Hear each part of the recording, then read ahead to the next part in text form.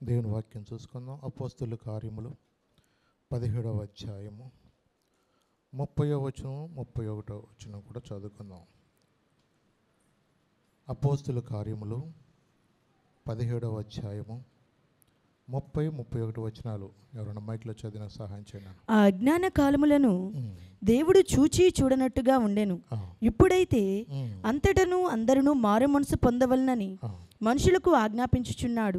ఎందుకనగా తాను నియమించిన మనుషుని చేత నీతిని అనుసరించి భూలోకమునకు తీర్పు తీర్చబోయేడి ఒక దినమును నిర్ణయించి ఉన్నాడు.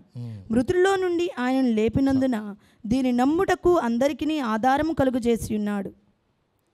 ఇక్కడ మన వాక్య భాగంలో చూస్తే ఆ అజ్ఞాన కాలములను దేవుడు చూచి చూడనట్లుగా ఉండెను.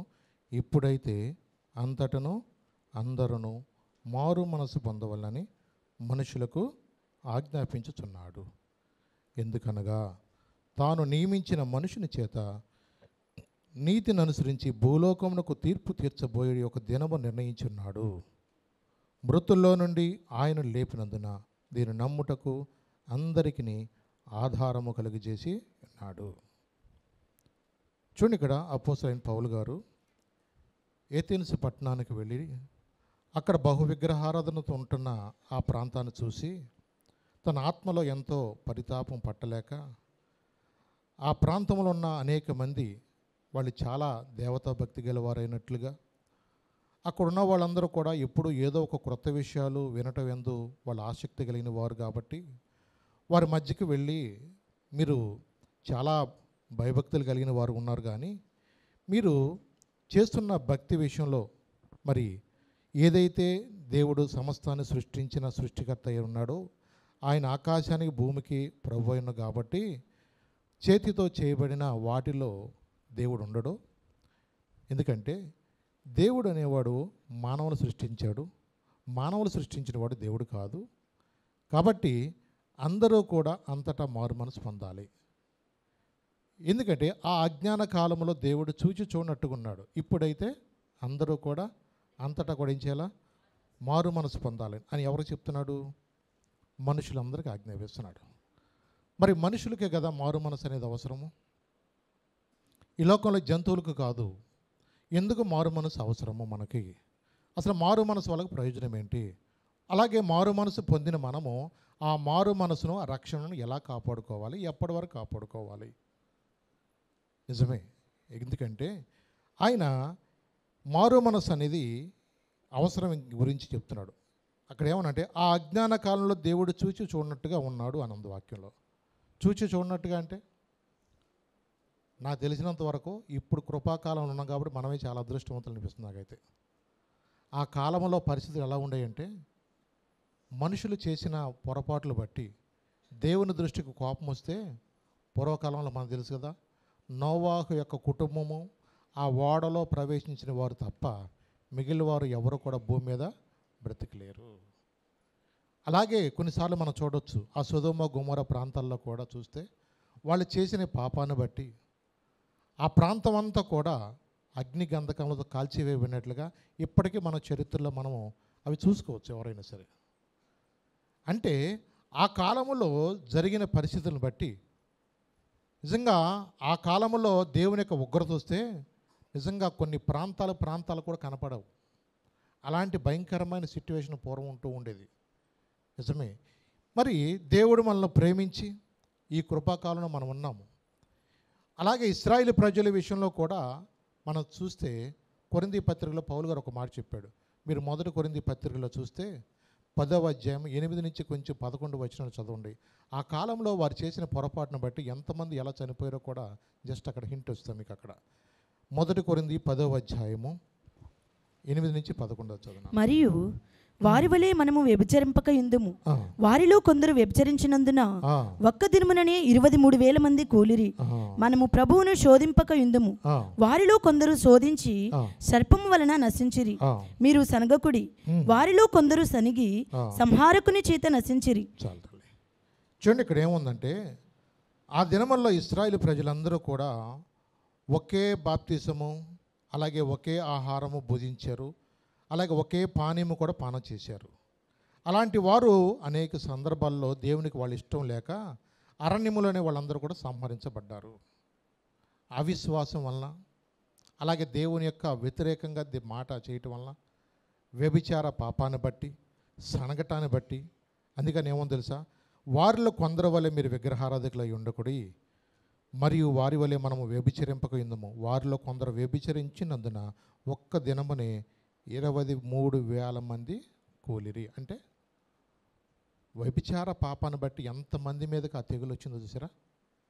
23,000 మంది. చూడండి, ఆ శిక్షలన్న పోని పరిస్థితి ఇప్పుడు ఏమైనా ఉన్నాయా? ఎంతోమంది ఇలాంటి సంఘటనలో మనము చెరసాలకు వెళుతున్నారు, 4 రోజుల్లో ఏదో ఒక బయలు తీసుకుని బయటకు వచ్చేస్తున్నారు. కానీ వ్యభిచార పాపాన్ని బట్టి ఆ కాలంలో ఎలా ఉండేదంట? 23,000 మంది చనిపోయారంట. ఇంకేమన్నాడు ఇక్కడ? మనం ప్రభువును శోధింపక విందుము, వారిలో కొందరు శోధించి సర్పం వలన నశించేరి.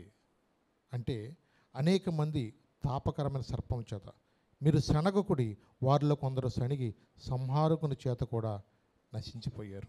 ఈ సంగతులు దుష్టాంతములుగా వారికి సంభవించి యుగాంతమందున్న మనకు బుద్ధి కలుగుటకై వ్రాయబడెను. అంటే పూర్వము జరిగిన సంఘటనలో బట్టి ఆ కాలంలో అలాంటి పరిస్థితులు ఉండేవి. అందుకని ఇవన్నీ కూడా మనకు బుద్ధి కలగటానికి దేవుడు తన సేవకుల ద్వారా మన కొరకు ఇవన్నీ రాసించాడు. నిజమే. మరి దేవుడు ప్రేమ కలిగిన దేవుడే, కృప కలిగిన దేవుడే. ఆయన మనల్ని ప్రేమించి ఆయన ఇంకా మన ఎడల దీర్ఘశాంతం వహిస్తున్నాడు. ఆ కాలంలో వచ్చినట్లుగా అనేక రకరకాలైన మరణాలు మన మీద ఏలుబడి చేయకోకుండా దేవుడు మనల్ని ప్రేమించి ఆయన ఎంతగానో మన ఎడల దీర్ఘశాంతం వహిస్తున్నాడు. ఏదో ఒక దినమందున మనం మారు మనసు పొంది పశ్చాత్తాపడతామని దేవుడు మన ఎడల ఇంకా ఆయన దీర్ఘశాంతం వహిస్తున్నాడు. చూడండి, నిజమే. కొన్నిసార్లు మరి యొక్క ప్రాంతంలో ఏథెన్సు పట్టణంలో ఉన్న విగ్రహారాధకులందరితో కూడా ఈ మాటలు చెప్తున్నాడు. ఎందుకు మారు మనసు అవసరమో మనకు తెలియాలి. మరి మారు మనసు వల్ల మనకేంటి ఉపయోగం? కొన్నిసార్లు యోహాను సువార్త 3వ అధ్యాయము 3వ వచనంలో ఒక రోజున యేసు ప్రభు ఈ మాటలు చెప్తాడు. యోహాను సువార్త 3వ అధ్యాయము 3వ వచనం కూడా ఒకసారి. అందుకు యేసు అతనితో ఒకడు క్రొత్తగా జన్మించితేనే కాని అతడు దేవుని రాజ్యమును చూడలేడని నీతో నిశ్చయముగా చెప్పుచున్నాను. ఇక్కడ నికోదేముతో చెప్తున్నాడు. ఏమన్నాడు ఇక్కడ? ఒకడు క్రొత్తగా జన్మించితేనే కానీ ఏం చేయాలంట? దేవుని రాజ్యంలోకి వెళ్ళలేడు. మరి దేవుని రాజ్యంలోకి వెళ్ళాలంటే ఏముంది అక్కడ? 5వ వచనం కూడా చదవండి ఒకసారి. అక్కడ యేసు ఇట్లనేను ఒకడు నీటి మూలముగాను ఆత్మ మూలముగాను జన్మించితేనే కాని దేవుని రాజ్యంలో ప్రవేశింపలేడని నీతో నిశ్చయముగా చెప్పుచున్నాను. మనుషులకు చెప్తున్నాడా? ఇంకెవరికైనా చెప్తున్నాడు ఈ మాట? మనుషులకే కదా. అంటే ఒకడు ఆత్మ మూలముగాను నీటి మూలముగాను జన్మించిందే ఎక్కడికి వెళ్ళామంట? మనము పరలోక రాజ్యానికి వెళ్ళము. ఆత్మ మూలముగా అంటే మనం చేసిన పాపముల భవిష్యమే. దేవునికి ఇష్టం లేని చేసిన మనం ఏదైతే పాపం అయితే ఉందో ఆ పాపములన్నీ కూడా ఏం చేయాలా? మనము ఒప్పుకోవాలా. మన పాపలు మనం ఒప్పుకునేలా ఆయన నమ్మదగినవాడు, నీతిమంతుడు కనుక మన పాపలను క్షమించి సమస్త దుర్నీతి నుండి కూడా ఆయన పవిత్రులుగా. మరి రక్షించబడిన మనమందరము కూడా మన హృదయాలు సరి చేసుకున్న వాళ్ళు దేవుని ఎదుట, మనుషుల ఎదుట మనమందరము కూడా బ్యాప్టిజం అనేది కూడా మనం తీసుకోవాలి. ఆ బ్యాప్టిజం అనేది నీలో ఉన్న పాత స్వభావాన్ని పాతిపెట్టి యేసు ప్రభువే నా యందు జీవిస్తున్నాడు, ఇక నేను కాదు అని సూచనగా మన బాప్టిజం అనేది మనము తీసుకుంటాం. నిజమే. ఒక సహోదరి ఇలాగే కోటాలకు వెళుతూ దేవుని మరి వాక్యం వింటూ ఆ రోజున వాక్యం పాస్టర్ గారు కూడా ఇదే మాట చెప్తున్నాడు. ఒకడు ఆత్మ మూలముగాను నీటి మూలముగా జన్మించినదే పరలోక రాజ్యానికి వెళ్ళలేరు. ఆ మనసులో ఉంది, నేను పరలోక రాజ్యం వెళ్ళాలి. మరి పరలోక రాజ్యం వెళ్ళాలంటే దేవుడు ఏం చెప్తున్నాడు? మారు మనసు పొందాలా, అలాగే బ్యాప్టిజం కూడా తీసుకోవాలా. ఈ రెండూ లేకోకుండా మన పరలోక రాజ్యాన్ని వెళ్ళలేము. కాబట్టి నేను ఎలాగైనా సరే పరలోక రాజ్యం వెళ్ళాలి అన్న మనసు తనలో ఉండి, ఇక సరే ఇంట్లో ఉన్న పరిస్థితులు బట్టి తన భర్త ఏమో ఒప్పుకోడు బ్యాప్టిజం తీసుకుంటాకి. అలాంటి పరిస్థితుల్లో ఇక ఒకటే నిర్ణయించుకుంది, ఇక్కడ చచ్చిపోయినా నేను పరలోకం వెళతాలే బాబు, నేను ఎంతకాలం నాకు దేవుడు చెప్తున్నాడు, సరే నేను అలాగ వినుకోకుండా నేను అలాగ ఉండటం కాదని చెప్పేసి తను కూడా చెయ్యెత్తి దైవజనుడికి, అయ్యా నేను కూడా ఈ సంవత్సరం మీటింగ్స్లో నేను కూడా బ్యాప్టిజం తీసుకుంటానయ్యా నాని తన పేరు తనకిచ్చేసింది. సరే మొత్తానికి కోటాలు కదా, సరే వెళ్ళిందిలే అనుకున్నాడు ఆయన. ఈలోపు మొత్తానికి బాప్టిజం వాళ్ళతో పాటుగా ఏం కూడా వెళ్ళింది, ఏం చేసిందంటే బాప్టిజం తీసుకుంది. ఈలోపు ఊర్లో సంగతి తెలిసిపోయింది అలా ఆయనకి. మీ ఆవిడ కూడా మతం పుచ్చుకుందంటారా అన్నారంటే ఎవరు, వాళ్ళ భాష అదే కదా. మీ ఆవిడ కూడా మతంలో దిగిపోయిందంట, బాప్టిజం తీసుకుందంట అన్న. ఇక అలా ఆయన మామూలుగా లేడు, కారాలు మీరాలు నోడుతున్నాడు. ఇక ఏ రాని దీని పని చెప్తాను, ఏదో ప్రార్థనకి వెళ్తుందంటే వెళ్ళనన్నా కానీ ఇది వెళ్ళిపోయి బాప్టిజం తీసేసుకుంటాం ఏంటిది, ఇంత పని చేసిందని చెప్పేసి ఇక కర్రపట్టి రెడీగా ఉన్నాడు. ఇక ఆయన ఇక ఏం చేయాలో ప్రభా, నువ్వు తప్ప నాకు ఎవరున్నారయ్యా, నేను నమ్ముకున్నా, నువ్వే నన్ను ఎట్టగానో తప్పించాయి అని చెప్పేసి ఇక రెడీగా ప్రార్థనతో ఏమైనా సరే ప్రభా చచ్చిపోతే నీ దగ్గరికి వెళ్తాను, లేకపోతే ప్రభా నన్ను కాపాడాయని విశ్వాసంతో మొత్తానికి ఇంటికి వస్తే ఆయన ఇక చాలా ఇష్టానుసారంగా మాట్లాడుతున్నాడు. ఇక కొట్టబోయి కర్ర ఎత్తాడో లేదో ఆ ఒకటే చెప్పింది, అయ్యా ఈ ఒక్కసారే తీసుకున్నాను, ఇంకొకసారి మాత్రమే బాప్తిసం తీసుకోను అయ్యా అందంట. ఏముందంట, ఈ ఒక్కసారి తీసుకున్నాను క్షమించు, ఇంకొకసారి మాత్రమే బాప్తిసం మాత్రం నేను తీసుకున్నాయ్యా, నీ దండం అయ్యా అందంట. బాప్తిసం ఎన్నిసార్లు తీసుకుంటారో కూడా వాళ్ళకి తెలియదు కదా, తీసుకునేది ఒక్కసారే కదా, ఒక్కసారే మరి తీసుకుంది. రెండోసారి బాప్తిసం ఉండదన్న సంగతి ఆయన తెలియదు. ఆయన అనుకున్నాడు ఇంకోసారి తప్పు చేయనయ్యా అన్నట్టుగా, ఇంకొకసారి బాప్తిసం తీసుకున్నాయ్యా, ఈ ఒక్కసారి మాత్రం తీసుకున్నాను, నన్ను క్షమించయ్యంద. అట్ట ఉండు, ఇంకొకసారి తీసుకున్నావా నీకు ఉంది అన్నాడంట. మొత్తానికి ప్రభువా నన్ను బతికిచ్చావయ్యా. ఎందుకంటే చాలామందికి అర్థం కాదు అది ఎన్నిసార్లు తీసుకోవాలనుకుంటారు కొంతమంది. అది ప్రభు బలం లాంటిది కాదు కదా. బాప్తిసం అనేది పాపక్షమాపణ నిమిత్తం ఒక్కసారే మనం తీసుకుంటాం, నిజమే. అలాగూ మనం ఆత్మ మూలముగాను నీటి మూలముగాను జన్మించాలి అన్నాడు, నిజమే. అలాగే మనము ప్రార్థనలో ఉంటున్నప్పుడు హృదయం అంతటితో కూడా పశ్చాత్తాపంతో మనం పాపాల విషయమే పశ్చాత్తాపడాలి. అంటే మనుషులు ఎదుట చేసినవి కూడా ఏం చేయాలా, మనుషుల దగ్గర ఒప్పుకోవాలా. దేవునికి వ్యతిరేకంగా చేసిన వాటిని కూడా ఏం చేయాలి, మనము దేవుని దగ్గర మనము క్షమాపణ పొందాలా. అలాగే ఎక్కడైనా మన బాకీ లెగ్గొడితే కూడా ఏం చేయాలి చెప్పండి, బాకీ లెగ్గొట్టిని కూడా ఇచ్చేయాలి. బాకీ ఎగ్గొట్టేసి నువ్వు ఎలకోకుండా ఇంతలా పెద్ద ప్రార్థనకు బైబిల్ వేసిన బయలుదేరావు అనుకో, ఏమంటారు, అబ్బో పెద్ద భక్తులు వెళ్తున్నారంట జనాలు అంటారులే. చెప్పండి, అంటే మనము అన్ని విషయాల్లో కూడా నిందారహితంగా ఉండాలి. దేవుని బిడ్డలుగా ఆయన యొక్క క్రొత్త జన్మ అంటే ఒక నూతన సృష్టిగా మార్చబడి నీ జీవితంలో నా జీవితంలో కూడా మన జీవితంలో ఎప్పుడూ కూడా ఇంకా ఎక్కడా కూడా ఒకళ్ళతో మనము అనిపించినట్టుగా మనము ఉండకూడదు. అందుకని పాపములు క్షమించడానికి కూడా మనుష్య కుమారుడికి అధికారం ఉంది. ఎవరికి ఉంది? చాలామంది ఏమనుకుంటారు, దాన ధర్మాలు చేస్తాను లేదంటే పుణ్యకార్యాలు చేస్తూ ఉంటాను, ఒకవేళ ఏదైనా కొన్ని దీక్షలుగా వాళ్ళు కొన్ని రోజులు వాళ్ళు ఉండి మంచి ఒకలాంటి బట్టలు వేసుకుంటేనో, ఇలాంటి చాలామంది కూడా దీన్ని బట్టి మనకు మోక్షం వస్తుంది అనుకుంటారు చాలామంది కూడా. నిజమేనండి. మనము కొన్నిసార్లు అనుకోవచ్చు మన నీతి క్రియలు మురికి గుడ్డల వంటివి దేవుని వాక్యం చెప్తుంది. మనం చేయవలసింది ఏంటంటే, ఎవరైనా సరే ఈ లోకంలో మనిషిగా పుట్టిన ప్రతి ఒక్కరూ కూడా పాపులమే. వాక్యం స్పష్టంగా చెప్తుంది, నీతిమంతుడు లేడు, ఒక్కడు లేడు, అందరూ పాపం చేసి దేవుడు అనుగ్రహించే మహిమను పొందలేకపోతున్నాం. ఆ మహిమను మనం పొందాలంటే మన హృదయాన్ని ఏం చేయాలి, మనము సరిచేయబడాలి. మన అంతరంగం సరి చేసుకుంటానికి దేవుడు మనకి మంచి అవకాశం ఇచ్చాడు. నీకు చనిపోయిన తర్వాత ఏమైనా అవకాశం ఉంటుందో చెప్పండి. ఒక రోజున ఒక ధనవంతుడిని కూడా ఇలాగే, లాజరును ధనవంతుడు కూడా ఇద్దరు మరి చనిపోయారు. అప్పుడు ధనవంతుడు ఎక్కడున్నాడు, నరకంలో ఉన్నాడంట. లాజరు ఎక్కడ ఉన్నాడంట, అబ్రహాము రొమ్మున పరలోకంలో కనపడుతున్నాడు. ఈయన చూస్తూ ఏమన్నాడు, తండ్రివైన అబ్రహామా నా యందు కనిగిరిపడి ఒక్కసారి లాజరును పంపించమన్నాడు. దేని కొరకు? ఒక్క నీటి బొట్టు కొరకు, ఒక్క నీటి బొట్టు కొరకు నేను ఇక్కడ యాతన పడుతున్నాను, లాజరును పంపించు అంటే తండ్రి అయిన అబ్రహాం అన్నాడు, అక్కడ వాళ్ళు ఇక్కడ కానీ ఇక్కడ వాళ్ళు అక్కడికి వెళ్ళటానికి అవకాశం లేదు. అలాంటి విషయంలో తనకు ఒక ఆలోచన వచ్చింది. నేను భూమి మీద ఉన్నప్పుడు మారు మనసు గురించిన ఆలోచన ఎప్పుడు కూడా నేను ఆలోచించలేదు. ఇలాంటి వేదనకరమైన స్థలములోకి రావాలని, మరి మారు మనసు పొందకపోతే ఇలాంటి వేదనకరమైన స్థలం ఉంటుందని నిజంగా ఇప్పుడు నేనేమీ చేయలేని పరిస్థితులు ఉన్నాను. నాకు భూమి మీద 5 సహోదరులు ఉన్నారు, వారి కొరకైనా ఒక్కసారి లాజరును పంపిస్తావా అని అడిగాడు. మారు మనసు గురించిన ఆలోచన ఎప్పుడు వచ్చింది ధనవంతుడికి? అగ్నిగుండంలో యాతన పడుతున్నప్పుడు ఆ మారు మనసు గురించిన ఆలోచన వచ్చింది.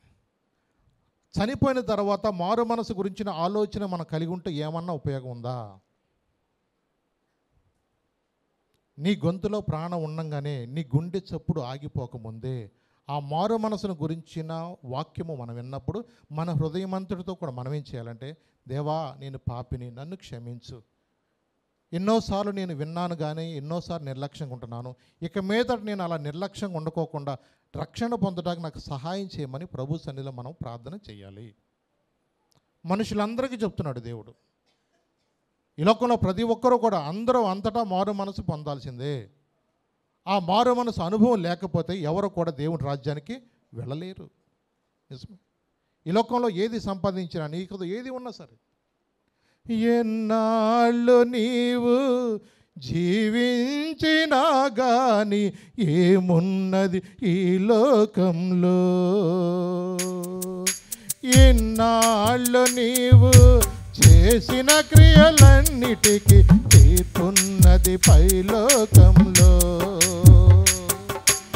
ఎన్నాళ్ళు నీవు జీవించినా గాని ఏమున్నది ఈ లోకంలో,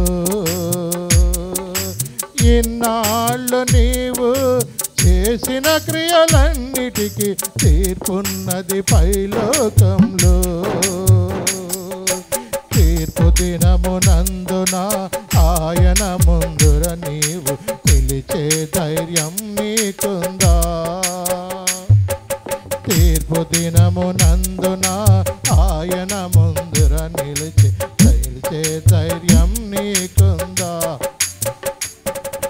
నిలిచే ధైర్యం నీకుందా? మార్పు చెందవా, నీ మార్పు చెందవా, నీ బ్రతుకు మార్చుకోవా, నీ బ్రతుకు మార్చుకోవా. అనుకూల సమయం ఇది అని ఎరిగి మారు మనసును పొందవా, మారు మనసును పొందవా. ఈ లోకములో ఎన్నాళ్ళు జీవించినా ఇంకా తర్వాత చరణంలో ఉంటుంది, దిగంబరిగానే వచ్చావు నీవు, దిగంబరిగా పోతావు. ఎలా వెళ్తామంటాను? దిగంబరిగానే వచ్చావు, ఎలా వెళ్తాం? మళ్ళా మంచి పట్టు వస్త్రాలు వేసుకెళ్తామా? ఏదో చచ్చిపోయినప్పుడు ఉన్న బట్టలన్నీ దానిలో పడేస్తారేమో కానీ మంచి ఏది మనతో రాదు. దిగంబరిగానే వచ్చాం, ఈ లోకం నుంచి దిగంబరిగానే వెళతాం. కానీ వారి క్రియలే వారి వెంటవచ్చును అంది. హల్లెలూయా. వారి క్రియలే వారి వెంటవచ్చు. ఈ లోకంలో నువ్వు ఎలా చేసావో, నిజమే మంచి పనులు చేసావు, కొన్నెన్నో మంచి పనులు అంటే రక్షణ లేకుండా నువ్వెన్ని మంచి పనులు చేసినా అది సున్నాతో సమానం. నువ్వు ప్రభు రాజ్యంలోకి వెళ్ళాలంటే నువ్వు రక్షణ అనుభవం కలిగినప్పుడే నీకు వాటికి విలువ వస్తుంది.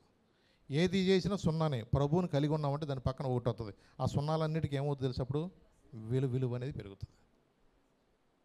మనం కొన్నిసార్లు మన సొంత భక్తి చేత మనం ఏదో అనుకోవచ్చు కొన్నిసార్లు, కానీ ఈ లోకంలో మన దాన ధర్మాలు, పుణ్యస్థానాలు, దీక్షలు, మంచి కార్యాలు ఇవేది కూడా పరలోకానికి చేర్చు. చాలామంది ఆశ అదే పాపం. పుణ్య స్నానాలు చేస్తే, ఇంకేదేదో మంచి పనులు చేస్తే, కొన్నిసార్లు రోడ్ల మీద చూస్తాం పాపం ఆవులు కొంతమంది ఇళ్ళ దగ్గర అలా నుంచుని ఉంటాయి. ఎందుకంటే వాళ్ళ ఉద్దేశం ఏంటంటే పాపం ఆవులు మంచి సాధు జంతువు, వాటికి ఏదో పెట్టాలని మనసు. నిజమే, మనం జంతువులు కూడా ప్రేమించాలి, కానీ వాటికి ఆహారం పెట్టినంత మాత్రాన మనము మన పుణ్యాత్ములు అయిపోయాము. మన జీవితంలో మనం ఏదైతే మారు మనసు రక్షణ అనుభవం లేకోకుండా నువ్వు ఎంత సంపాదించినా ఏది చేసినా అవన్నీ కూడా సున్నా. నిజమేనండి. ఇంకొక చోట చెప్తున్నాడు యేసు ప్రభు వారి, మత్తయి సువార్త 11వ అధ్యాయం 20వ వచనం చదువుతున్నాను ఒకసారి. మత్తయి సువార్త అక్కడ మారు మనసు పొందని ప్రజల విషయంలో దేవుడు అక్కడ మాట్లాడుతున్నాడు. పిమ్మట ఏ ఏ పట్టణములలో ఆయన విస్తారమైన అద్భుతములు చేసెను. ఆ పట్టణముల వారు మారు మనసు పొందకపోవటం వలన ఆయన వారిని ఇట్లు గద్దింపసాగెను. అయ్యో కొరాజీనా, అయ్యో బేత్సయిదా, మీ మధ్యన చేయబడిన అద్భుతములు తూరు సీదోను పట్టణంలో చేయబడిన యెడల ఆ పట్టణముల వారు పూర్వమే గోనెపట్ట కట్టుకుని బూడిద వేసుకుని మారు మనసు పొందియుందురు. విమర్శ దినమందు మీ గతి కంటే తూరు సీదోను పట్టణముల వారి గతి ఓర్వ తగినదై ఉండునని మీతో చెప్పుచున్నాను. ఎందుకంటే యేసు ప్రభువారు ఉన్న దినాల్లో ఆయన ఏ ప్రాంతానికి వెళ్ళినా ఎక్కడికి వెళ్ళినా అనేక అద్భుతాలు ఆశ్చర్యకరాలైనా జరిగించాడు. నిజమేనండి. ఆ రోజున్న దేవుడు ఈ రోజు కూడా మనతో ఉన్నాడు. ఆ రోజున్న దేవుడు ఈ రోజున అద్భుతాలు కూడా చేస్తూ ఉన్నాడు ఆయన. ఎందుకంటే నిన్న నేడు రేపు ఏకరీతిగా ఉన్న దేవుడు ఆయన మారేనే దేవుడు కాదు.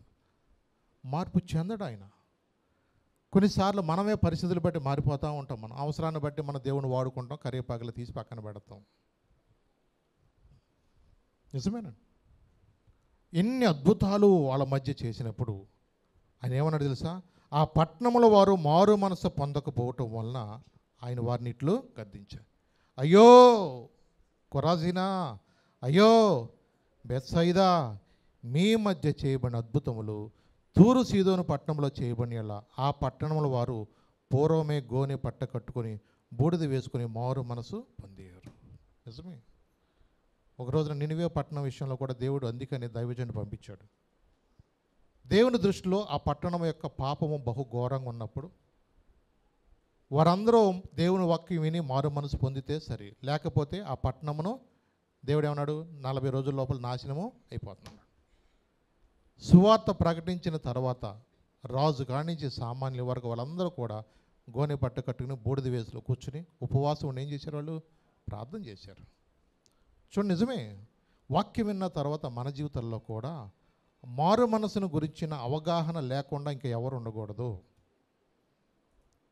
ఆ మారు మనసు అనుభవం లేకపోతే, రక్షణ అనుభవం లేకపోతే నీకు టికెట్టే ఉండదు పరలోకానికి.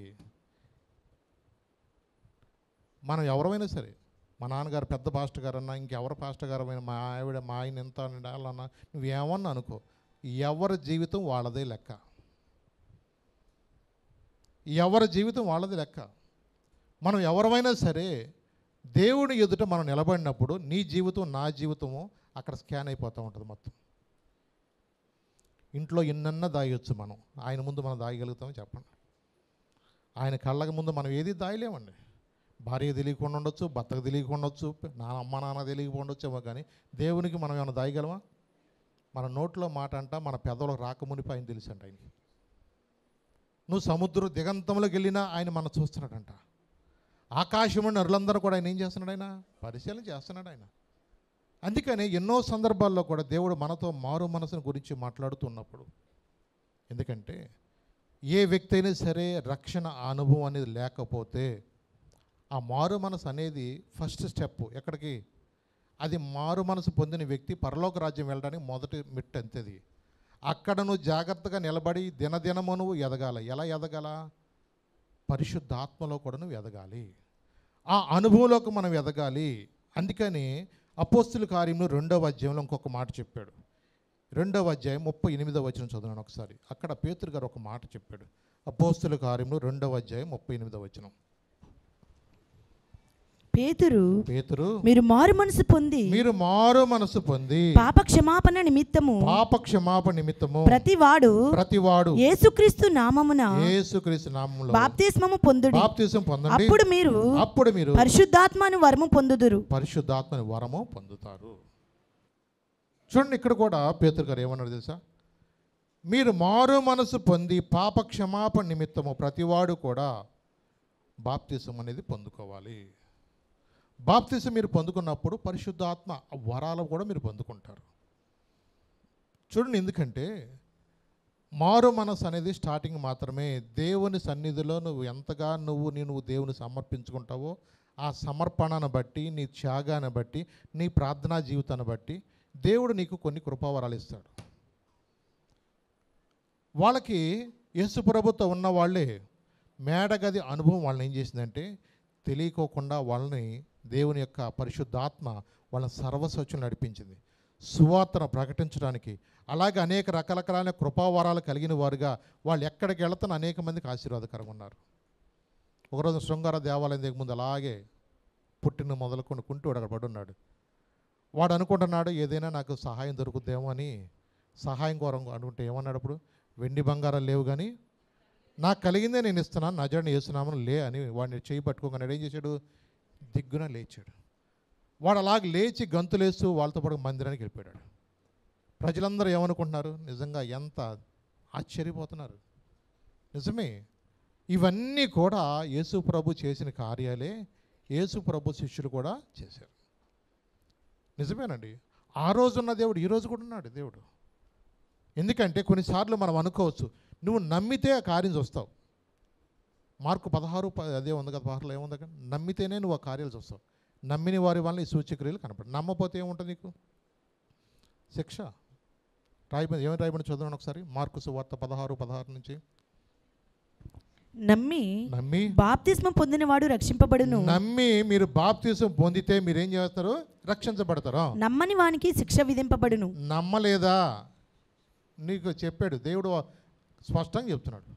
నువ్వు నమ్ము, నీ హృదయాంతరం సరి చేసుకో, ఆత్మ మూలంగానో నీటి మూలంగా నువ్వు జన్మించాల్సిందే. నువ్వు నమ్మకోకుండా, నువ్వు బాప్తిస్మం లేకోకుండా, రక్షణ లేకోకుండా మనము ఆ రోజున రొమ్ము కొట్టుకుని ఏడవలసి వస్తుంది. విడవబడ్డ బహుఘోరమని దేవుని వాక్యం స్పష్టంగా చెప్తుంది. నిజమేనండి, ఈ రోజున దేవుని రాకడ సూచనలు అన్నీ కూడా జరుగుతున్నాయి. ఎక్కడ చూసినా కరువులు, భూకంపాలు, యుద్ధాల గురించి సమాచారం, వీటన్నిటి గురించి దేవుడు ముందే చెప్పాడు. వీటి విన్నప్పుడు మనము జాగ్రత్తగా ఉండాలని కూడా దేవుని వాక్యం స్పష్టంగా చెప్తుంది. మరి ఎప్పుడైతే మరి వీళ్ళు కూడా ఆ యొక్క మారు మనసును గురించి, మరి ఎన్ని అద్భుతాలు ఆశ్చర్యాలు వీళ్ళు జరుగుతున్నప్పుడు అనేక మంది కూడా ప్రభువును వెంబడిస్తూ కొన్ని వేల మంది ప్రజలు కూడా, ఇంచుమించు 4వ అధ్యాయంలో ఉంది, 5,000 మంది పురుషులు కూడా ఆయన మాటలు వింటాకు వచ్చేవాళ్ళంట పేతురు. నిజమేనండి, ఆయన పేరే ఆశ్చర్యకరుడు.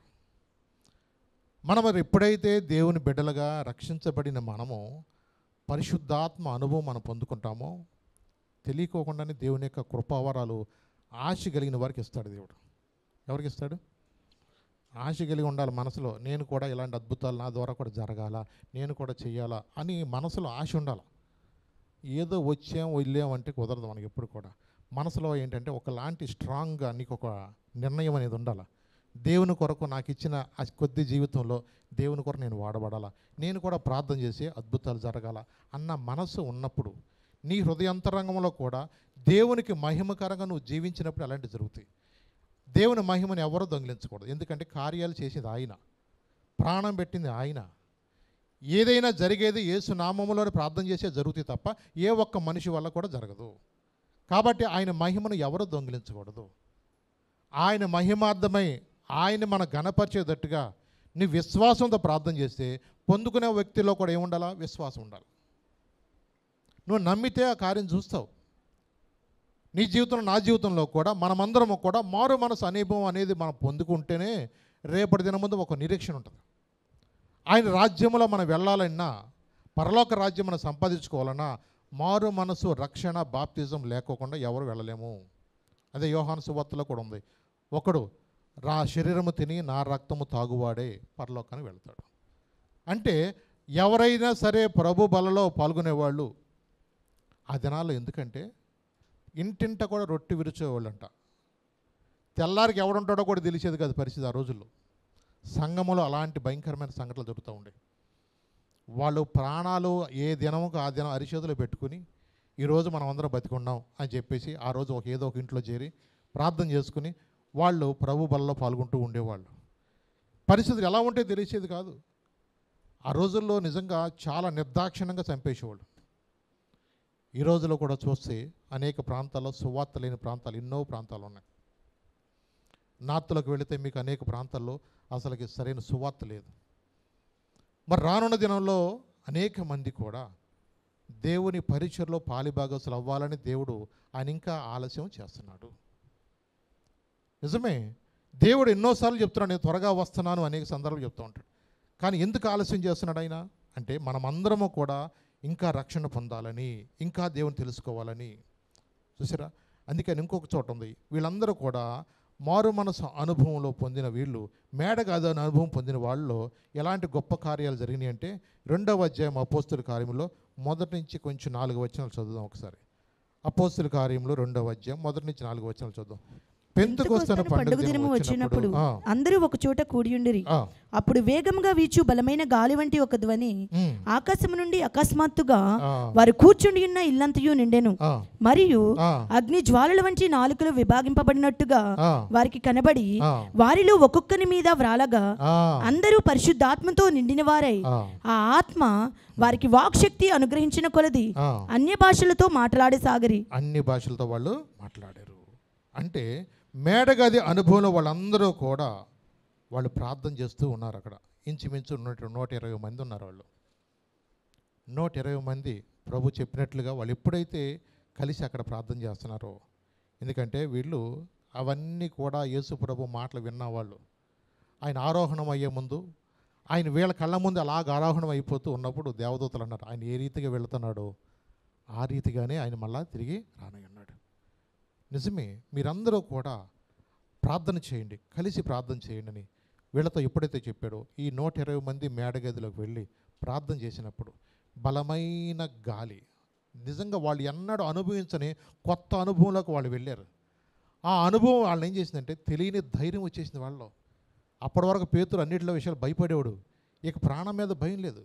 నిజమే, కొన్నిసార్లు రక్షణ పొందిన వ్యక్తికి జరిగేది ఏంటో తెలుసా? మరణం మీద జయమిస్తాడు దేవుడు. అందుకని పౌలు గారు అంటాడు చూడు, బ్రతికితే క్రీస్తు కోసం, చచ్చిపోతే మరీ మంచి అన్నట్టుగా. అంటే తన మనసులో ఏంటంటే నేను ఉంటే దేవుని కోసం నిలబడతానో, చనిపోయినా పర్వాలేదు, ఏమైంది? అలాంటి విశ్వాసంలో వాళ్ళు వెళ్ళిపోయారు. ఎందుకంటే మరి అనేక సందర్భాల్లో మనం చూస్తే ఈ పౌలు గారి యొక్క జీవితంలో కూడా ఆ అంతియొకయ, ఈకోనియ అనే ప్రాంతాల్లో సువార్త ప్రకటిస్తున్నప్పుడు ఆ యూదులు అనే వాళ్ళు ఏం చేసేవాళ్ళు అంటే ఈ అన్ని జనులు ప్రేరేపించి, ఆ అన్ని జనులు ప్రేరేపించిన తర్వాత వాళ్ళు నిజంగా వాళ్ళని నిజంగా దొమ్మిగా ఇన్ని కార్యాలు జరిగించిన లుస్త్రలో కూడా నిజంగా ఆ యొక్క కుంటి చేయగలిగిన వాడు, ఓచ చేయగలిగిన బాగు చేసినప్పుడు అబ్బా దేవతలు దిగి వచ్చారు అన్నాడు. ఆ కాసేపుడికే మళ్ళీ ఏం చేశారు సార్, వీళ్ళందరూ కూడా దొమ్మికి వచ్చి ఏం చేశారు? పౌలు గారిని కొట్టేశారు. అంటే వాళ్ళు కొట్టిన నిజంగా ఎంత భయంకరంగా అంటే, మీరు 14వ అధ్యాయం చూడండి, ఆ మాట మీకు చూపిస్తాను. అపోస్తుల కార్యం 14వ అధ్యాయం 19వ వచనం చదవండి ఒకసారి. అక్కడ అంతియొకయ నుండి ఈకొనియ నుండి యూదులు వచ్చి జనసమూహములను తమ పక్షముగా చేసుకొని పౌలు మీద రాళ్ళు రువ్వి అతడు చనిపోయినని అనుకొని పట్టణము వెలుపలకి అతనిని ఈడ్చిరి. పట్టణం వెలుపలకి అతను ఈడ్చి పడేశారు, చచ్చిపోయాడని చెప్పేసి. అయితే శిష్యులు అతడు చుట్టూ నిలిచి ఉండగా అతడు లేచి పట్టణంలో ప్రవేశించి మరునాడు బర్నబాతో కూడా దెర్బేకు బయలుదేరిపోయాను. వారు ఆ పట్టణంలో సువార్త ప్రకటించి అనేకులను శిష్యులనుగా చేసిన తర్వాత లుస్త్రకును, ఈకోనియకును, అంతియొకయకును తిరిగి వచ్చి శిష్యుల మనసులను దృఢపరిచి విశ్వాసమందు నిలకడగా ఉండవలననియు అనేక శ్రమలను అనుభవించి మనము దేవుని రాజ్యంలో ప్రవేశింపవలననియు వారిని హెచ్చరించిరి. చూసారా? అంటే పౌలు గారికి ఎంత ధైర్యమో ఎంత విశ్వాసమో చూడండి. సామాన్యంగా మనలో ఉన్నట్టయితే బతికుంటే బలిసాది అందామని చెప్పేసి, ఎందుకు వచ్చిందిలే బాబో, ఏదో మనకి అనువుగాని చోట మనం సేవ చేయలేము, అందుకని కొంచెం పౌరు వల్ల వివేకంగా ఉండమని వాక్యం చెప్పింది కాబట్టి కొంచెం వివేకం ఉంటే కొంతకాలం మనం సేవ చేయొచ్చు అనేది తప్పుకుంటాం మనమైతే. కానీ పౌలు గారు అలా లేరండి. దెబ్బలు కొట్టే చచ్చిపోయాడు అంటున్నారు, కానీ దేవుడు ముందే చెప్పాడు. అనేక సందర్భాల్లో నిన్ను కొడతారని కూడా దేవుడు చెప్పాడు. నువ్వు ధైర్యంగా ఉండు, నేను నీకు తోడుకుంటాను, భయపడబాక అని ఎన్నోసార్లు చెప్పాడు. ఎందుకంటే అనేక శ్రమల గుండా తన జీవితంలో పౌలు గారు అంతకుముందు ఏం చేసేవాడు? ఆయన ప్రార్థనకి వెళ్ళేవాడు, అందరినీ చేసేవాడు. ఆయన చెప్పండి, చిత్రహింసలు పెట్టేవాడు, ఈడ్చుకెళ్ళేవాడు, ఇష్టానుసారం కొట్టి చెరసాలలో పడేసేవాడు వాళ్ళందరూ కూడా. ఇలాంటి వ్యక్తి కోసం ఎంతమంది ఏడ్చి ప్రార్థన చేసి ఉంటారో చెప్పండి. నిజంగా వాళ్ళ ప్రార్థన ఆలగించి దేవుడు ఈ సౌలు అనే వ్యక్తిని రక్షించుకుని దేవుని కొరకు చనిపోవటానికి కూడా సిద్ధపడే వ్యక్తిగా దేవుడు ఏం చేశాడు? అతన్ని నేర్పించాడు. పరిశుద్ధాత్మ అనుభవం అతను తెలియకోకుండానే అతనిలో ఉన్న గర్వం ఏంటి, అహంకారం ఏంటి, నేను రోమియుని కదా, నేను చదువుకున్న వ్యక్తిని, ఆ కళల్లో పొరలని రాలిపోయి ఉంది వాక్యంలో. అంటే అతనిలో ఉన్న గర్వం ఇప్పటికీ చూడండి చాలామందిలో కూడా ప్రార్థనకి వెళ్ళే వాళ్ళని చాలా తేలిగ్గా మాట్లాడతారు కుల గర్వం చేత. వాళ్ళ ఇష్టానుసారంగా మాట్లాడి వాళ్ళని ఏదైనా సరే వాళ్ళు చాలా తక్కువ వాళ్ళు అన్న ఉద్దేశంతో ఆఖరికి యేసుప్రభువే తక్కువ కులస్తుడు అన్నట్టుగా ఇష్టానుసారంగా మాట్లాడుతున్న ప్రజలను కూడా మనం చూస్తూ ఉంటాం. నిజమేనండి. ఎందుకంటే మన కోసము ఆయన దరిద్రుడికి ఈ లోకానికి వచ్చాడు. ఆయన చేతకాక చచ్చిపోలేదు. ఆయన చనిపోకపోతే మనకు పాప క్షమాపణ ఉండదు. నిర్దోషమైన గొర్రె పిల్లగా ఆయన మనందరి కొరకు ఆయన తన శిలువలో మరణించింది. ఎందుకంటే మనలను మరణ భయము నుంచి విడిపించడానికి, మరణం అనే దాసత్వం అనే కాడి నుంచి విడిపించడానికి, రక్షించబడిన ప్రతి ఒక్కరిని కూడా ఆయన పరిచర్య కొరకు ధైర్యంగా ముందుకు వెళ్ళటానికి ఆయన మన ప్రధాన యాజకుడికి ముందుకు వెళ్ళాడు. దేవుని కుమారుడిగా దేవుడిగా ఆయన లోకాల్లో ఉండి ఎంత ధైర్యంగా దేవుని యొక్క రాజ్యమును ఆయన ఎలాగో ప్రేమించాడు. ఎన్ని స్థలాల్లోకి వెళ్ళినప్పుడు అందరూ ఆయన దండలేశారు అనుకున్నారా? ఎన్నో చోట్ల అవమానాలు పడ్డాడు ఆయన, నిందలు, రకరకాలను అడుగున కూడా ఈ శాస్త్రులు పరిచయలు అనేవాళ్ళు ఎన్నో హేళనగా మాట్లాడుతూ ఉండేవాళ్ళు. ఎన్నో సందర్భాల్లో ఆయన చాలా తేలిగ్గా మాట్లాడినా ఆయన ఒకటి వచ్చాడు, నేను తండ్రి చిత్తము చేయడానికి వచ్చాను. తండ్రి నన్ను ఎందుకు పంపించాడో ఆ ఉద్దేశము, నేను ప్రాణం పెట్టడానికి వచ్చాను. నా ప్రాణం పెట్టడానికి నాకు అధికారం ఉంది, నా ప్రాణం తీసుకుంటానికి కూడా నాకు అధికారం ఉంది. కొన్ని సందర్భాలు అంటాడు, నేను ఆజ్ఞాపిస్తే దేవదూతలు కూడా నా కోసం వస్తాయి, కానీ అలాంటి పని చేయలేదు ఆయన. ఆయన కొరకు ఏది కూడా దేవుని మహిమను ఆయన వాడుకోలేదు. మన కోసం ఎన్ని అవమానాలు నిందలు ఎన్నో భరించాడు.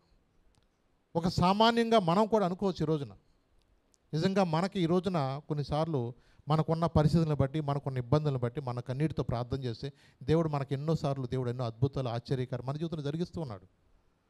మరి ఆయన కోసం ఎవరు ప్రార్థన చేస్తారు? ఒకనొక సందర్భంలో అంటాడు కదా ఆయన, ఒక గడి అయినా నా కోసం ప్రార్థన చేయలేరా అన్నాడు.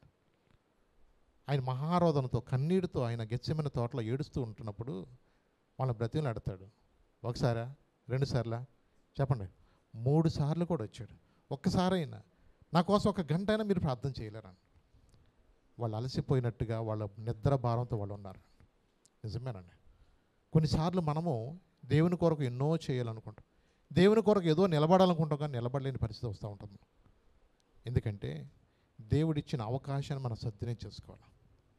దినములు చెడ్డవు గనక సమయాన్ని పోనివ్వక నువ్వు అనుకోవచ్చు, ఈ సంవత్సరం రక్షణ పొందుతాను అనుకుంటాం, సంవత్సరం వాయిదా వేస్తూ ఉన్నాను. మనం అలా ఉండటానికి కాదండి. నేడే రక్షణ, నేడే అనుకూల సమయం. పరిశుద్ధ ఆత్మ అనుభవం వాళ్ళని ఏం చేసిందంటే ఎక్కడికి వెళ్ళినా వారిని తెలియకోకుండానే వాళ్ళకు ఒక ధైర్యం, ఒక విశ్వాసము. పేతురు గారిని తీసుకెళ్ళి చెరసల్లా పడితే భయపడ్డాడేమన్నా? ప్రశాంతంగా నిద్రపోయాడు. నిజమేనండి. అప్పటి వరకు భయపడిన వ్యక్తిలో ఎక్కడి నుంచి ధైర్యం వచ్చింది? ఆ మేడగది అనుభవంలో అనేక మందికి ఆశీర్వాదకరంగా ఉండాలని నిజంగా దేవుని వాక్యం ప్రకటిస్తున్నప్పుడు అనేక వేల మంది వాక్యం వింటాకు వచ్చేవాళ్ళు, అనేక అద్భుతాలు వాళ్ళ ద్వారా జరిగిస్తున్నప్పుడు నిజంగా వాళ్ళ హృదయమంతటితో ఎంతగా స్తుతించారంటే నిజమే. ఆ మేడగది అనుభవం వాళ్ళని ఏం చేసిందంటే తెలియని ఒక ధైర్యాన్ని, తెలియని ఒక విశ్వాసాన్ని వాళ్ళ హృదయంలో పెట్టింది. రక్షించబడిన ప్రతి ఒక్క వ్యక్తిలో కూడా ఆయన ఇచ్చే ధైర్యము, ఆయన ఇచ్చే విశ్వాసము, అది నిజంగా అది అనుభవించడానికి అర్థమవుతుంది. లేకపోతే అన్నిటికీ భయపడాల్సి వస్తుంది. ఏమైపోతుందో పరిస్థితులు బట్టి మనం భయపడిపోతాం. కానీ నీ విశ్వాసం ఎప్పుడైతే దేవుని మీద ఉందో, నువ్వు ఎప్పుడైతే దేవుని మీద ఆధారపడతావో, అందుకని యవ్వన మనసు అయితే నీ మీద ఆనుకుంటుందో వాడిని పూర్ణ శాంతి కూడా చేస్తాను. వాళ్ళని చెరసాల్లో వేయని, దెబ్బలు కొట్టని, ఎన్నిసార్లు ఏమన్నా చేయని, వాళ్ళ ఒకే ఒక నిర్ణయం, అంత్యకాల అభిషేకం సర్వజనుల కోసం, కొత్త కాల దినములివి, తండ్రి నీ ఆత్మతో నింపుమా. అంత్యకాల అభిషేకం సర్వజనుల కోసం, కొత్త కాల దినములివి, తండ్రి నీ ఆత్మతో నింపుమా.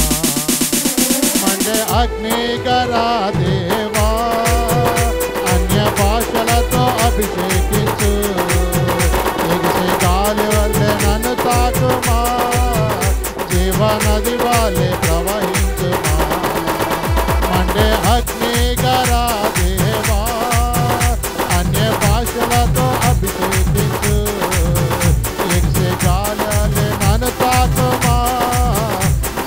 నది వలె ప్రవహించుమా. అంత్యకాల అభిషేకం సర్వజనుల కోసం, కొత్త కాల దినములివి తండ్రిని ఆత్మతో నింపుమా. అంత్యకాలంలో ఉన్న ఈ అభిషేకాన్ని అనేక మందికి అది ఉపయోగపడేటట్టుగా ఉండాలి. అందుకని నా ఆత్మను మనుషులందరి మీద కుమ్మరిస్తానని చెప్పాడు యోవేలు ప్రవక్త చెప్పినట్లు. నిజమేనండి, అనేక మంది ఈ రోజున రక్షణ నాకు నడిపించబడటం, దేవుడే అనేక ప్రాంతాలకి సువార్త ప్రకటిస్తున్నాడు. అనేక మంది లేవనెత్తుకుంటున్నాడు. అన్ని కులాల్లోంచి దేవుడు విడిపిస్తున్నాడు. పలానా కులం, పలానా జాతి, పలానా ప్రాంతం అని లేదండి, ప్రపంచంలో అందరినీ. అందుకనే యేసుక్రీస్తు అందరికీ ప్రభు, మనుషులందరికీ ఆజ్ఞాపిస్తున్నాడు. అందరూ అంతటా మారు మనసు పొందాల్సిందే. ఎందుకంటే తీర్పు తీర్చబోయే ఒక దినమని దేవుడు నిర్ణయించాడు. ఆ దినమందున నువ్వు రక్షణ పొందుకోకుండా, బ్యాప్టిజం తీసుకోకుండా, ప్రభు బలలో పాల్గొనుకోకుండా, చూద్దాం అనుకుంటే ఆ రోజున నీవు రొమ్ము కొట్టుకుని ఏడవక ముందే దేవుడు అంటున్నాడు, నేడే రక్షణ, నేడే అనుకూల సమయం. ఈ రోజున చాలామంది కూడా ఏంటంటే, నాకు చాలా ఇంకా సమయం ఉందలే, నేను ఇంకా లోకంలో ఏదో చాలా ఉన్నాయిలే అనుకోండి. ఈ లోకంలో ప్రతి ఒక్కరిని కూడా ఆయన రక్షించుకుంటున్నాడు. ఈ రోజున చాలామంది కూడా ఏదో ముసలోళ్ళకే భక్తి అనుకుంటున్నారు, కొంతమంది ఆడవాళ్ళకే భక్తి అనుకుంటారు, కొంతమంది లేదు లేదు లేదు. ఈ అపోహ నుండి మనం అందరూ త్వరగా బయట రావాలి. చాలా మందిరాల్లో చూస్తూ ఉంటాడు, పురుషుల సంఖ్య చాలా తక్కువ ఉంటుంది. ఏదో స్త్రీలు మాత్రం వెళ్ళి ప్రార్థన చేసుకుంటారు అనుకుంటారు. లేదండి, స్త్రీల కోసం పరలోకం కాదని అంది అక్కడ. దేవుడు ప్రేమించి ప్రతి ఒక్కరితో కూడా ఆయన మాట్లాడు, మనుషులందరికీ ఆజ్ఞాపిస్తున్నాడు. ఆ అజ్ఞాన కాలంలో దేవుడు చూచి చూడనట్టుకున్నాడు. కానీ ఇప్పుడైతే అందరూ అంతటా మారు మనసు పొందాల్సిందే. దేవుడు ఎవరిని విడిచిపెట్టడు. దావీదుని విడిచిపెట్టాడా? తను లోతుగా పశ్చాత్తాపడేదాకా దేవుడు నిజంగా ఆ రోజుల్లో ఉన్న పనిష్మెంట్ ప్రకారం దావీదు కుమిలి ఏడ్చాడు నిజంగా తన పరిస్థితిని బట్టి. ఈ కృపాకాలంలో దేవుడు ఉన్నాడు. ఇక నీ పాపం నేను జ్ఞాపం చేసుకొని చెప్పిన దేవుడు, ఇక నేను ఎన్నడూ కూడా దేవుడు జ్ఞాపం చేసుకోండి. నీ మీద ఉన్న శాపము, నీ మీద ఉన్న దరిద్రత, నీ తాతలు చేసిన ప్రతి శాపం కూడా నువ్వు ఒప్పుకుంటే దేవుడు వాటిని ఏం చేస్తా తెలుసా? హిమమ్మల్ని తెల్లగా అయినా కడు. నిజంగా ఎంత కృపాకాలంలో మనం ఉన్నామో తెలుసా? పూర్వకాలం ఇలాంటి కృప లేదు. గెహజీ లాంటి వాడు జీవితాంతం కూడా కుష్టివ్యాధితో వాళ్ళ వంశం అంతా ఉండిపోయింది. ఆకాను కుటుంబం అంతా కూడా నశించిపోయింది. నిజమే, ఆ అజ్ఞాన కాలంలో చూచి చూడనట్టుకున్నా అంటే అలాంటి పనిష్మెంట్లు ఉండే ఆ రోజుల్లో. ఈ రోజులు ఇంకా దేవుడు మనల్ని ప్రేమించి మనకి ఎంతగానో కృప చూపిస్తున్నాడు. నిజమేనండి. ఇంకొక మాట మీకు చూపిస్తాను. మత్తయి సువార్త 3వ అధ్యాయము 6 నుంచి 7 దాకా చూద్దాం. మత్తయి సువార్త 3వ అధ్యాయము 6 నుంచి 7 వచనాలు. అక్కడ యోహాను ఏం చెప్తున్నాడు చూడండి ఒక మాట. తమ పాపములు ఒప్పుకొనుచు, ఆయన దగ్గరికి వచ్చిన వాళ్ళ దగ్గర ఏమన్నాడు? తమ పాపములు ఒప్పుకొనుచు యోర్దాను నదిలో అతని చేత బాప్తిస్మం పొందుచున్నారు. అతడు పరిసయ్యులలోను సద్దూకయ్యులలోను అనేకులు బాప్తిస్మం పొందవచ్చుట చూచి, సర్ప సంతానమా రాబో ఉగ్రతను తప్పించుకొనుటకు మీకు బుద్ధి చెప్పిన వాడెవడు? మారు మనసుకు తగిన ఫలము ఫలించుడి. మారు మనసు తగిన ఫలములు అంటే మారు మనసు తగిన ఫలాలు అనేవి ఉంటాయి. మీకు తెలుసు గలతీ పత్రికలో ఆత్మఫలం అనేది. మారు మనసు తగిన ఫలాలు అనేది మనలో రావాలి. అంటే మన జీవితంలో ఏదైనా సరే దేవుని బిడ్డలుగా మనం ఉంటున్నప్పుడు నీలో నుండి నాలో నుండి కూడా కొన్ని ఫలాలు చూస్తాడు. ఏ చెట్టు అయినా చూడండి, ఆ చెట్టు మంచి కాయలు కాస్తే ఆ ఇత్తనం దాచుకుంటారు ఎవరైనా. బీరకాయ చెట్టు చేదు కాయలు కాసింది అనుకో బాగా కాస్తుంది, చేదు చెట్టు బాగా కాస్తుంది, అసలు ఇరగ్గా చేసింది అనుకుంటాం. కానీ ఆ కాయలు కొన్నిసార్లు తింటుంటే నోట్లో పెడితే చేదుగా ఉంటుంది. ఇక నువ్వు చూసి చూసి చూసి చూసి చూసి అబ్బా ఎన్ని స్ప్రేలు కొట్టావో ఎంత చేసావో ఆఖరికి ఆ కాయలు చేదొక్కిందంటే ఏం చేస్తాం? ఒరే దీన్ని పాదు తప్పించేయండి అంటాం. ఎందుకు? చేదు కాయలు ఎవరికి ఇచ్చినా ఏమనుకుంటారు? ఇక తిడతారు. అది దొంగసాడుగా తెలవకుండా నువ్వు అమ్మినా ఇంటికి వచ్చి మళ్ళీ కాయల్ని మొహాన పెట్టేసి మళ్ళీ డబ్బులు ఇచ్చే అంటారు ముందు.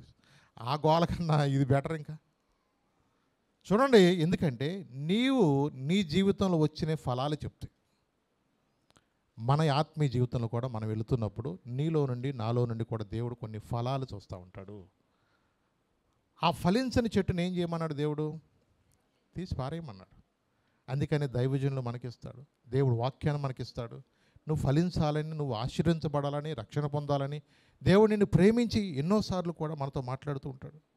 లూకా సువార్త 6వ అధ్యాయంలో కూడా ఒక మాట చూద్దాం, 43, 44. లూకా సువార్త 6వ అధ్యాయం 43, 44.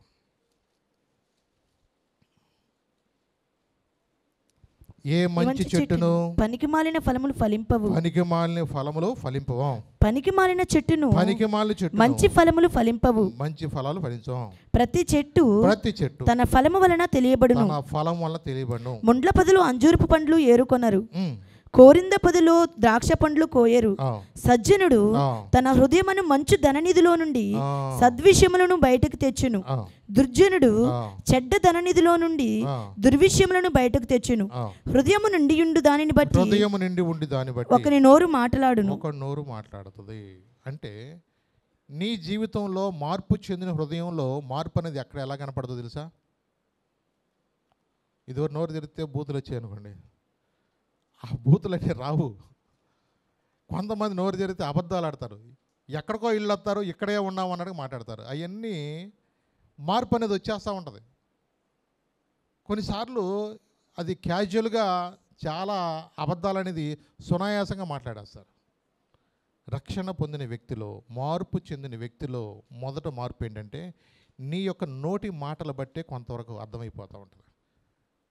మారిన వ్యక్తి ఎలా ఉండాలి తెలుసా? అవునంటే అవును, కాదంటే కాదు. డొంక తిరుగుడు సమాధానాలు చెప్పకూడదు. అవునంటే అవును, కాదంటే కాదంటే. మన మాట తీరులో మార్పు కనపడతా ఉంటుంది, మన వస్త్రధారణలో మార్పు కనపడతా ఉంటుంది, మన యొక్క బిహేవియర్ అన్ని విషయాల్లో కూడా దేవుని మొదట పెట్టాలన్న ఆశ కలిగి మనం ఉంటాం.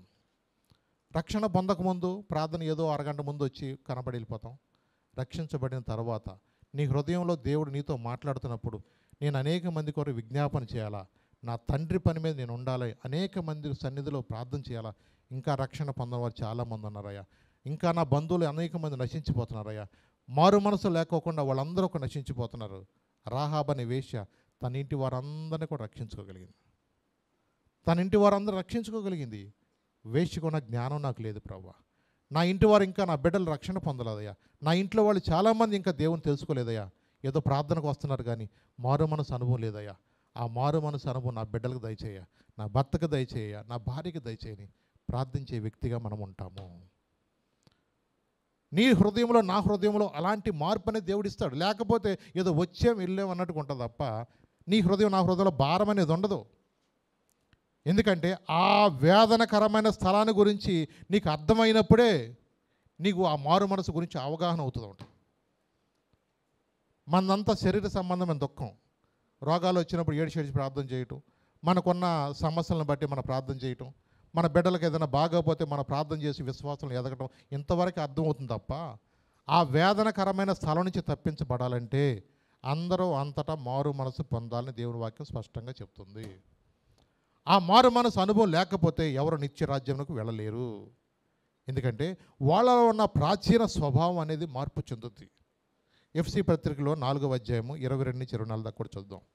ఎఫ్సి రాయబడిన పత్రిక 4వ అధ్యాయము 22-24 దాకా చదువునాను ఒకసారి. కావున మునుపటి ప్రవర్తన విషయంలో మోసకరమైన దురాశ వలన, ఇదివరకు ఎలా ఉండేదంట? మోసకరమైన దురాశల వలన చెడిపోవు మీ ప్రాచీన స్వభావమును వదులుకొని మీ చిత్తవృత్తి యందు నూతన పరచబడిన వారే నీతియు యథార్థమైన భక్తియు గలవారే దేవుని పోలికగా సృష్టింపబడిన నవీన స్వభావమును ధరించుకొనవలెను. మీ చిత్తవృత్తి యందు నూతన పరచబడిన వారే నీతియు యథార్థమైన భక్తి గలవారై దేవుని పోలికగా సృష్టింపబడిన నవీన స్వభావము ధరించుకోవాలి. అంటే ఇక నిన్ను చూసినప్పుడు నీలో దేవుడు చూడాల్సింది. ఇక మనుషులంతే, ఇక దేవుడు రాయన అని అంటారు జనాలు సామాన్యంగా కొంతమందిని. అంటే ఏంటి చెప్పండి? నీ ద్వారా దేవుడు మహిమపరచబడతాడు. నువ్వు చేసే చిన్న ప్రార్థన బట్టి దేవునికి మహిమ కలుగుతుంది. నీ యొక్క మాట తీరుని బట్టి నీ కుటుంబానికి నువ్వు ఎంత దీవెనకరంగా ఉంటావో తెలుసా? నీ పసిపిల్లల ప్రాణం కోసం కూడా రేయి మొదటి జోన్లు ఇచ్చి ప్రార్థించే తల్లిగా నువ్వు ఉంటావు. నిజమేనండి. కొన్నిసార్లు తల్లులు ఫోన్ చేస్తూ ఉంటారు నాకు మధ్యరాత్రుల్లో, అయ్యా పిల్లలు నిద్రపోవట్లేదు. నిజమే. వాళ్ళు శుభ్రంగా పడుకుంటే నువ్వు శుభ్రంగా పడుకుంటావు, నిన్ను కోసం లేపుతూ ఉంటాడు. అప్పుడు ఈ అనుభవం కూడా అందరూ వచ్చిన వాళ్ళే, నిజమే.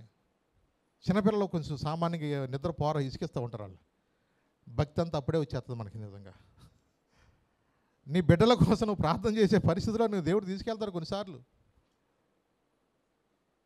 శ్రమ కలుగుద్ది, అయినా నువ్వు ధైర్యంగా ఉండు. దేవుని తెలుసుకున్న తర్వాత ఇంకా శ్రమలు వస్తాయి, అయినా నువ్వు ధైర్యంగా ఉండు. నిజమే. ఎందుకంటే అనేక సందర్భాల్లో యేసుప్రభు శిష్యులు ఆ మేడగది అనుభవం వాళ్ళని ఏం చేసిందంటే ఒక నూతన ధైర్యాన్ని, విశ్వాసంలో వాళ్ళని తీసుకెళ్ళింది. అనేక రకాలైన పరిస్థితులు కూడా వాళ్ళు వెళ్ళినప్పుడు కూడా. అందుకని 5వ అధ్యాయం మొదటి నుంచి కూడా కొంచెం 3వ వచనం చదువుదాం. అక్కడ ఎవరెవరు కూడా ఎలా ఉంటారో కూడా అక్కడ చెప్తుంది. అక్కడ 5వ అధ్యాయం ఎఫ్ఎస్సీలో రాయబడిన పత్రిక 5వ అధ్యాయం 3 నుంచి 5 చదువుదాం ఒకసారి.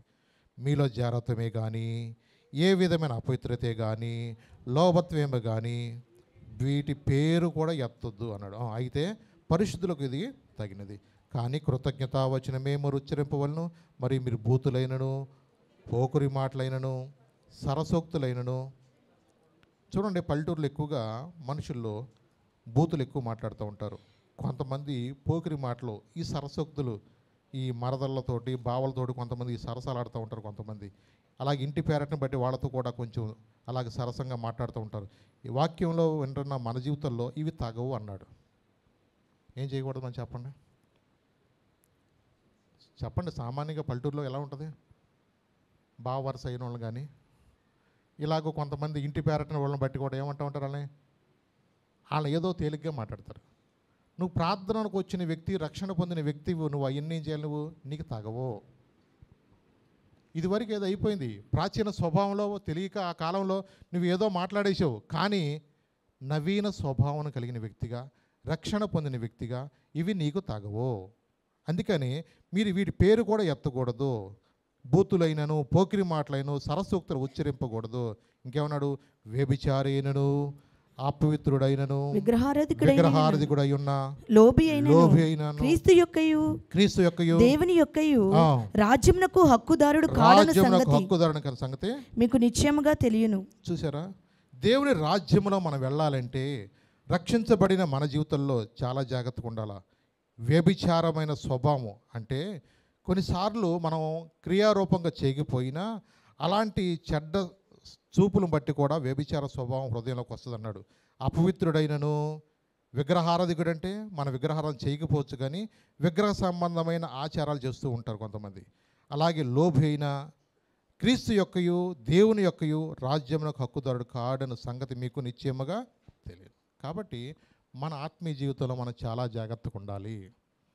రక్షణ పొందిన వ్యక్తి లోకరీతిగా మనం మాట్లాడటానికి కాదు. లోకస్తుల వలె మనము ఎప్పుడూ కూడా లోకంలో నేత్రాశ, శరీరాశలు, జీవడమము ఇవన్నీ కూడా తండ్రి వలె కావు. కాబట్టి మన జీవితంలో రక్షణ పొందినాక మనం ఎలాగుండాలి ఆ ఒక్క మాట మీకు చెప్తా. హెబ్రీ పత్రిక 6వ అధ్యాయం 6వ వచనం. హెబ్రీ పత్రిక 6వ అధ్యాయం 6వ వచనం. ఎలా ఉండాలి, మనం ఆత్మీయ జీవితాన్ని ఎలా కాపాడుకోవాలి? దేవుని దివ్య వాక్యమును రాబో యుగ సంబంధమైన శక్తుల ప్రభావమును అనుభవించిన తరువాత తప్పిపోయిన వారు, 4వ వచనం చదువు. ఒక్కసారి వెలిగింపబడి పరలోక సంబంధమైన వరములు రుచి చూచి పరిశుద్ధాత్మలో కూడా పాలివారై దేవుని దివ్య వాక్యమును రాబో యుగ సంబంధమైన శక్తుల ప్రభావమును అనుభవించిన తరువాత తప్పిపోయిన వారు తమ విషయములో దేవుని కుమారుని మరలా సిలువ వేయు బాహాటముగా ఆయనను అవమానపరుచుచున్నారు గనుక మారు మనసు పొందునట్లు అట్టి వారిని మరలా నూతన పరచుట అసాధ్యము. రక్షణ పొందిన వాళ్ళు చాలా జాగ్రత్తగా ఉండాలి. ఒక్కసారి రక్షణ పొందిన వ్యక్తి, ఒకసారి నువ్వు వెలిగించబడి నీ పాపాల విషయమే పశ్చాత్తాపడి ఇతరుల దగ్గరికి వెళ్ళి క్షమాపణలు అడిగి నీ మనసును సరి చేసుకుని అనేక రీతిగా నీ హృదయాన్ని దేవునితో ఎలాగైతే అనుసంధానం చేసుకుంటూ నీ ఆత్మీయ మెట్టును కాపాడుకుంటున్న నీ జీవితంలో ఎవరైనా సరే, ఆయన ఏమంటాడు తెలుసా? ఆయన ఇలాంటి దురాత్మ యొక్క శక్తుల యొక్క ప్రభావం నుంచి మన వెళ్ళగొట్టే అనుభవం కూడా పొందుకున్న తర్వాత తప్పిపోయిన వారంట తమ విషయంలో దేవుని కుమారుని మరలా సిలువేయచ్చు బాహాటముగా ఆయన ఏం చేస్తున్నారు? అవమానపరుస్తున్నారు. కాబట్టి ప్రార్థనకి వెళ్ళే మన జీవితాల్లో రక్షణ పొందిన వారు మళ్ళా ఎక్కడా కూడా ఏమైందిలే, ఆళ్ళ లేరా వీళ్ళ లేరా ఎవరితో చూడొద్దు. మనం ఎవరైనా చూడాలనుకుంటే యేసయ్యను మాత్రమే మనం చూడాలి. ఆయన ఒక్కడే యథార్థవంతుడు, ఆయన ఒక్కడే నీతిపరుడు. అపవాది ఎన్నో రకాలు నేను ప్రేరేపిస్తాడు. వాళ్ళు తీసుకోలేదా, వీళ్ళు తీసుకోలేదా, చిన్నదానికేనండి.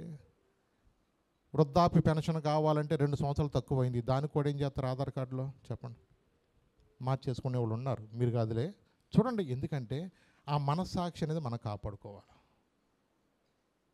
మనస్సాక్షి మనం కాపాడుకోవాలి. తర్వాత దేవుడు అంతకన్నా ఎక్కువ ఇవ్వచ్చా మనకి? చిన్న అబద్ధమేగా, ఆ ఒక్క చిన్న అబద్ధమే.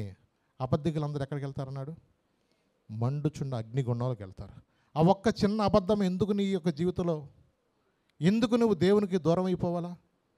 అపవాది ఆ ఒక్క మాటను బట్టే క్లెయిమ్ చేస్తాడు.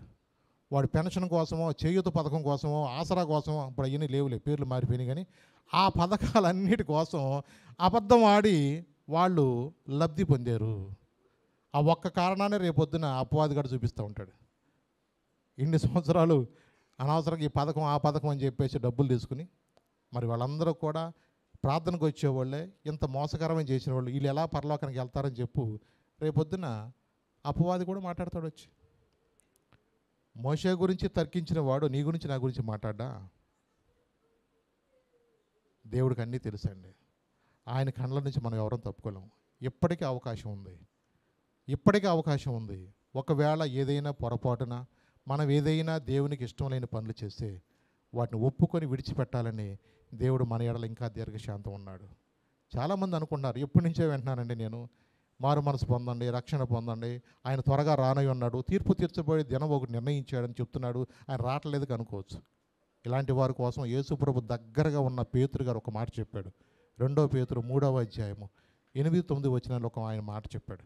2 పేతురు 3వ అధ్యాయములో ఒక మాట మీరు చూడండి, 8-9 వచనం. ఎందుకు ఆలస్యం చేస్తున్నాడో, మారు మనసు అంటున్నారు, ఎప్పటి నుంచో అంటున్నాం, కానీ ఎందుకు ఆయన ఆలస్యం చేస్తున్నాడంటే, ప్రియులారా ఒక సంగతి మర్చిపోకుడి, ఒక సంగతి మాత్రం మీరు మర్చిపోవద్దు. ఏమనగా ప్రభు దృష్టిలో ఒక దినము 1000 సంవత్సరముల వలెను, 1000 సంవత్సరాలు, 1000 సంవత్సరములు ఆ కాలాలు వేరంట, ఒక దినము వలెను ఉన్నవి. కొందరు ఆలస్యమని ఎంచుకున్నట్లు ప్రభు తన వాగ్దానమును గూర్చి ఆలస్యము చేయువాడు కాడు గాని ఎవడను నశింపవలనని నిశ్చయింపక అందరూ మారు మనసు పొందవలనని కోరుచు మీ ఎడల దీర్ఘశాంతము గలవాడై ఉన్నాడు. మీ ఎడల దీర్ఘశాంతం కలిగి ఉన్నాడు. అందుకని దేవుడు ఇంకా మన ఎడల దీర్ఘశాంతంతో రక్షణ పొందండి, మారు మనసు పొందండి. ఆ అంత్య దినముల్లో, ఆ యొక్క అజ్ఞాన కాలంలో దేవుడు చూచి చూడనట్టుకున్నాడు. ఇప్పుడైతే అందరూ అంతటా కూడా ఏం చేయాలా? మారు మనసు పొందాలని ఎవరికి ఆజ్ఞాపించాడు? మనుషులకు ఆజ్ఞాపించాడు. మరి మనుషులుగా మనం అందరం కూడా ఇంకెవరైనా రక్షణ పొందకపోతే ఆ రక్షణ పొంది అనేక మంది రక్షణ నడిపించడానికి ప్రభు మనకు సహాయం చేయను గాక. ఆమేన్. లేచి నిలబడదాం, చిన్న ప్రార్థన చేసుకుందాం, ప్రభుతో చెప్దాం, ప్రభా ఆ రక్షణ అనుభవం ప్రభా ఆయన పొందని వాళ్ళు ఇంకా పొందడానికి సహాయం చేయండి. ఆ మారు మనసు అనుభవం ప్రభా లేనివారు ఇంకా ప్రభా పశ్చాత్తాపడి ప్రార్థన చేసుకోవడానికి వారి హృదయాన్ని ఎలా సరి చేసుకోవాలో కూడా నేర్పించాయని అడుగుదామా? దేవుని సన్నిధిలో చిన్న ప్రార్థన చేసుకుందాం, ప్రభుతో చెప్దాం, ప్రభా నాయన నిజమే ఈరోజు నాతో తేటగా మాట్లాడుతున్నావు. నా రక్షణ అనుభవంలో ప్రభా నేను ఎదుగుతున్నాను, నేను మారు మనసు పొందిన నేను ఆ రక్షణ అనుభవాన్ని జాగ్రత్తగా కాపాడుకునే జ్ఞానం నాకు దయచేయి. ఎందుకంటే ఒకసారి వెలిగించబడి పరలోక సంబంధమైన వరాల రుచి చూసి కూడా పరిశుద్ధాత్మలో కూడా పాలివారై ఉన్నప్పుడు ప్రభా రాబో యొక్క సంబంధమైన శక్తుల ప్రభావం అనిపించిన తర్వాత కూడా తప్పిపోతే అంట తమ విషయంలో దేవుని కొమ్మ మరలా సిలివేయచ్చు బాహాటముగా ఆయన అవమానపరుచున్నారు కనుక మారు మనసు పొందినట్లు అట్టి వారికి మరలా నూతన పరచుట అసాధ్యం అన్న ప్రభా. అయినా ఈ కృపాకాలంలో నీ పాదాల దగ్గర మేము అడుగుచున్నాం ప్రభా. ఎవ్వరం కూడా మా ఆత్మీయ జీవితాన్ని పోగొట్టుకునే వద్దయ్యా. చిన్న అబద్ధం కోసం, చిన్న ఏదో ఒక ఆయన లబ్ధి కోసం నేను మళ్ళా సిలివేసే వరకు ఉండేవద్దయ్యా. క్షణికాల సుఖము కోసం మా ఆత్మీయ జీవితాన్ని ఎక్కడ పాడు చేసుకునే వద్దు ప్రభా. నాతోనే మాట్లాడుతున్నందుకు వందనాలు. నా మనస్సాక్షిని, నా హృదయాన్ని జాగ్రత్తగా కాపాడుకొని ప్రభా నీకు మహిమకరంగా నేను జీవించాలి తప్ప నీ నామానికి ఎక్కడ అవమానకరంగా జీవించనివద్దు ప్రభా. నీ కృపలో జ్ఞాపం చేసుకో ప్రభా. నిజమే ఎంతోమంది ప్రభా ఎన్నో అద్భుతాలు ఆశ్చర్యకరం చూసినప్పుడు కూడా వాళ్ళ ప్రజలతో అంటున్నావయ్యా, అయ్యో కొరాజీన, అయ్యో బెత్సైదా, మీ మధ్య చేయబడిన అద్భుతములు ఆ తూరు సీదోను ప్రాంతంలో చేసి ఈ పాటి గోని పట్టు కట్టుకునేవాళ్ళు అన్న ప్రభా. నిజమే ప్రభా, సంఘములో ఎంతోమంది ప్రభా ఎన్నో కార్యాలను జరిగించింది దేవుడు ప్రభా. ఎవరు కూడా నాయన లోకరీతిగా ఉండటానికి కాదయ్యా, లోకస్తులో బ్రతకడానికి కాదయ్యా, నీ కొరకు మండే యోహాను వలె మండుచు అనేక మందిని మండించేవారుగా మీరు సిద్ధపరచను ప్రభా. ఈరోజు ఉన్న మాటలు మా హృదయంలో భద్రపరచుకుని ప్రభా. మరణ వరకు నమ్మకంగా నిన్ను ప్రేమించి అయ్యా ఇంకా రక్షణ పొందిన వారి కొరకు ప్రార్థించే బిడ్డలుగా, మా కుటుంబంలో ఇంకా రక్షణ పొందిన వారి కొరకు విజ్ఞాపం చేసే ఆత్మను మాకు దయచేయమని యేసు నామం నడుచున్నాను తండ్రి. ఆమేన్, ఆమేన్.